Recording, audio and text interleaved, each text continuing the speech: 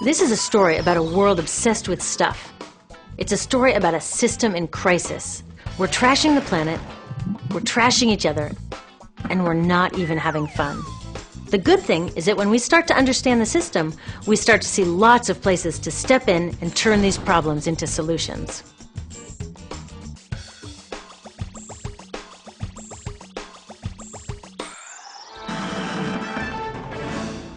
I am so glad that the world is finally getting together to stop climate change.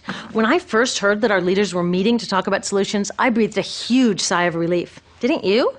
Then I said, wait a minute, what exactly are they planning to do about this problem? So I looked into it. And I gotta tell you, not all the solutions they're working on are what I'd call solutions. In fact, the leading solution, known as cap and trade or emissions trading, is actually a huge problem. Now, I know this is the last thing you want to hear, but the future of our planet is at stake, so we gotta take the time to understand what's going on here. Okay, meet the guys at the heart of this so-called solution. They include the guys from Enron, who designed energy trading, and the Wall Street financiers like Goldman Sachs, who gave us the subprime mortgage crisis. Their job is to develop brand new markets. They stake their claims, and then when everyone and their grandmother wants in, they make off with huge amounts of money as the market becomes a giant bubble and bursts.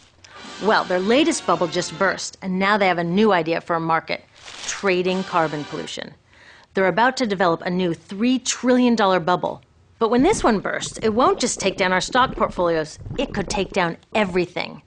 So how does cap and trade work? Well, pretty much all serious scientists agree that we need to reduce the amount of carbon in the atmosphere to 350 parts per million if we want to avoid climate disaster. In the US, that means reducing our emissions by 80%, maybe even more, by 2050. 80%!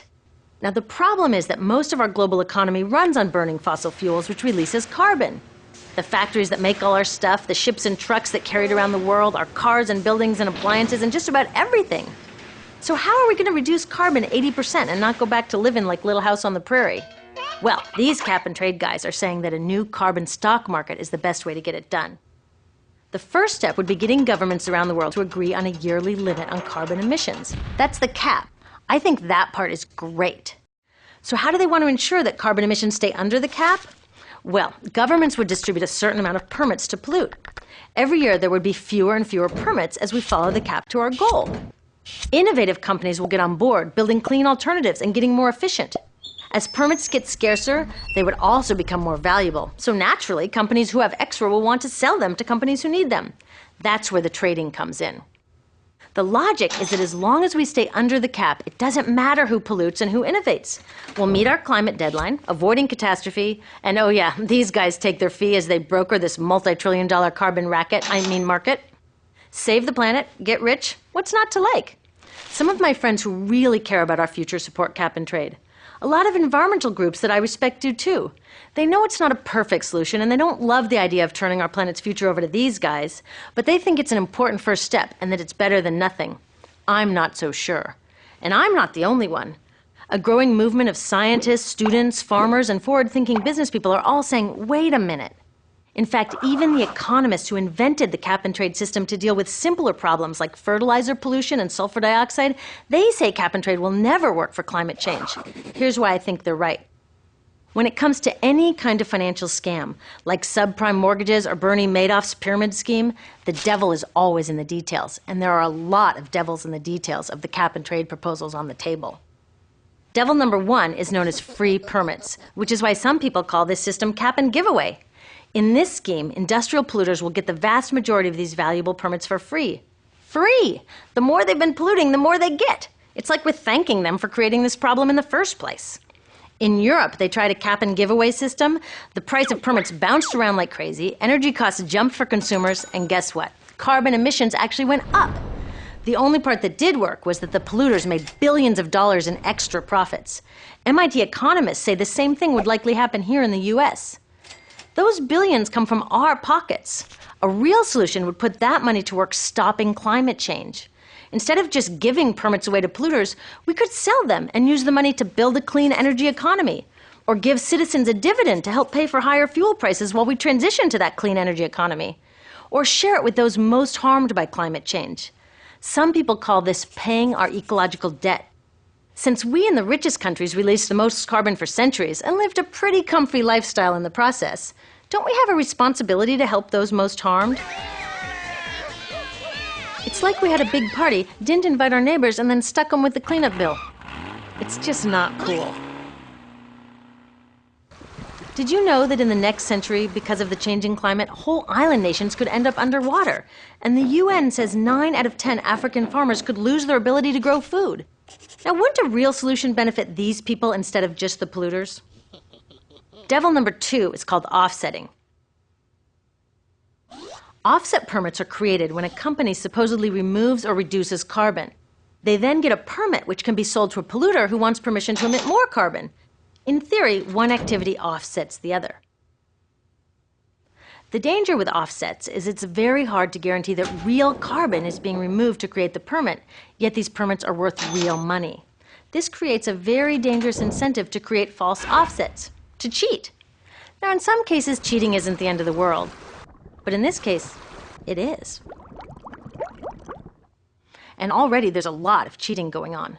Like in Indonesia, Sinar Mas Corporation cut down indigenous forests, causing major ecological and cultural destruction. Then they took the wasteland they created and planted palm oil trees. Guess what they can get for it? Yep, offset permits. Carbon out? No. Carbon in? You bet. Companies can even earn offsets for not doing anything at all. Like operators of a polluting factory can claim they were planning to expand 200%, but reduce the plans to expand only 100%. For that meaningless claim, they get offset permits. Permits that they can sell to someone else to make more pollution. That is so stupid.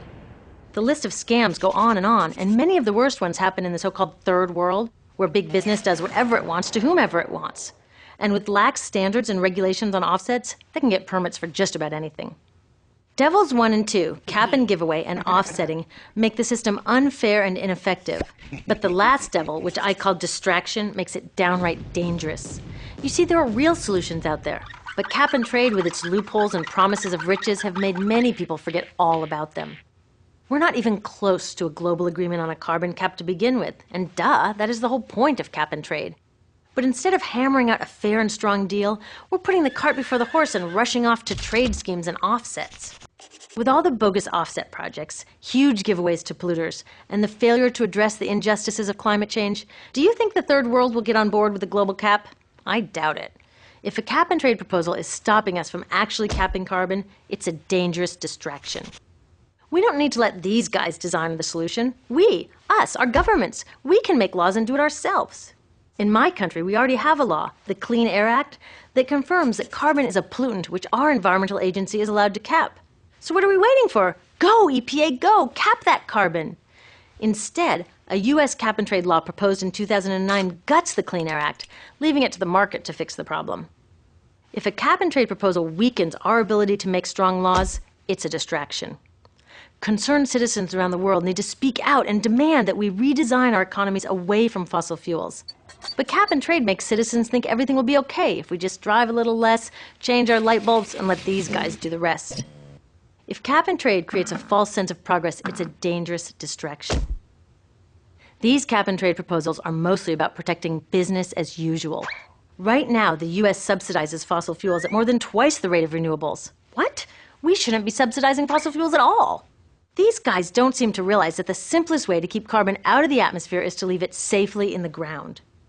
U.S. Congressman Rick Boucher, a well-known friend of the coal industry, voted for cap and trade. He said it strengthens the case for utilities to continue to use coal. No law that encourages coal use can stop climate change, period. Solid caps, strong laws, citizen action, and carbon fees to pay off ecological debt and create a clean energy economy. That's how we can save our future. The next time someone tells you that cap and trade is the best we're going to get, don't believe them. Better yet, talk to them. They probably want a future safe from climate change too.